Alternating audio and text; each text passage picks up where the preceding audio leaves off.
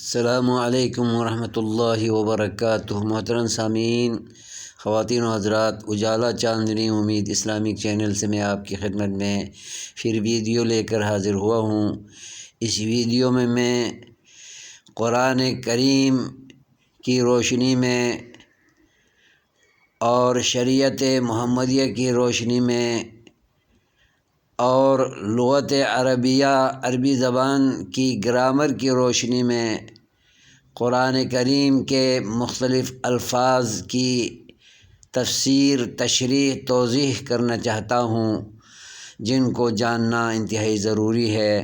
تاکہ ہم قرآن کریم کو سمجھ سکیں، اسلام کو سمجھ سکیں، اللہ اور رسول کی مراد کو سمجھ سکیں۔ تو اللہ تبارک و تعالیٰ نے قرآن کریم کے اندر جہاں کہیں بھی ایمان کے الفاظ لائے ہیں، آمنا، آمنو، آمنو، یؤمنون، تؤمنون اور نؤمنو، اؤمنو، جتنے بھی الفاظ ہیں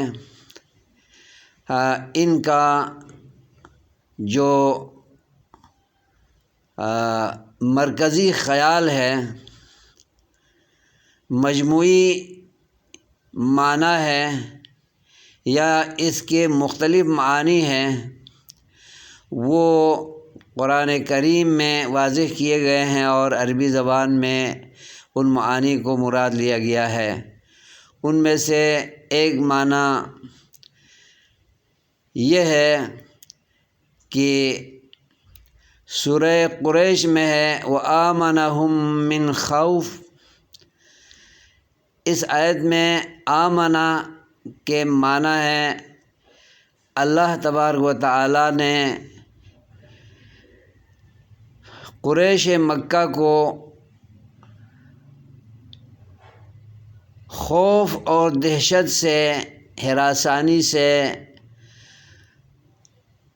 اللہ تبارک و تعالیٰ نے امن عطا کیا، سکون عطا کیا، چین عطا کیا۔ تو اس کے معانی میں سے ایک معنی آمن یؤمنو کے خوف سے نجات دلانے کے ہے، امن دینے کے ہیں، سکون عطا کرنے کے ہیں۔ اور دوسرا معنی ان الذین آمنوا، یقیناً جن لوگوں نے ایمان قبول کیا، یعنی اسلام کے عقائد کو تسلیم کیا اور اسلام کو انہوں نے مانا، دائرۂ اسلام میں داخل ہو گئے اور اسلام کو اپنا دستور حیات مانا اور اللہ کا دین ہونے کو انہوں نے قبول کیا، یہ معنی بھی ہے۔ تو یؤمنون کے معنی بھی یقین کرنے کے، ایمان لانے کے، ماننے کے اور تسلیم کرنے کے ہیں۔ تو یہ دو معانی کم از کم آمنا یؤمنو کے عربی گرامر کے تحت بھی اور قرآن کریم کی اصطلاح اور مراد کے تحت بھی یہ معنی کیے جاتے ہیں۔ صیغے جو بھی ہوں، ماضی کے ہوں، مضارع کے ہوں، امر کے ہوں، نہی کے ہوں، تو مرکزی معنی اور مرکزی خیال یقین کرنے کے اور تسلیم کرنے کے، ماننے کے ہیں۔ اور دوسرا معنی جو پہلے میں نے بیان کیا ہے وہ امن عطا کرنا، سکون اور چین عطا کرنا، خوف سے نجات دلانے کے معنی میں قرآن کریم کی صورت قریش کے اندر وَآمَنَهُم مِّن خَوْف کے اندر بیان کیا گیا ہے۔ تو ان معانی کو ملحوظ رکھتے ہوئے ہم قرآن کریم کو، عربی زبان کو پڑھیں گے اور سمجھیں گے تو پھر ہمیں شریعت محمدی اور اللہ رسول کی مراد کو ہم سمجھ سکتے ہیں۔ اللہ تعالیٰ سے دعا ہے کہ وہ ہمیں اپنی شریعت کو، اپنے دین اسلام کو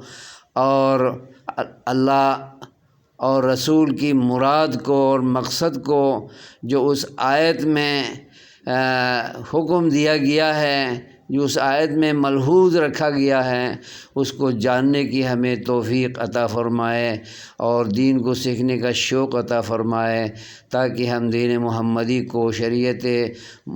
ربانی کو اور اللہ کے دین کو ہم مکمل سمجھ سکیں اور اس پر عمل پیرا ہو سکیں۔ آمین۔ وصلی اللہ تعالی علی خیر خلقہ محمد و اصحابہ و اہل بیتہ اجمعین برحمتک یا ارحم الراحمین۔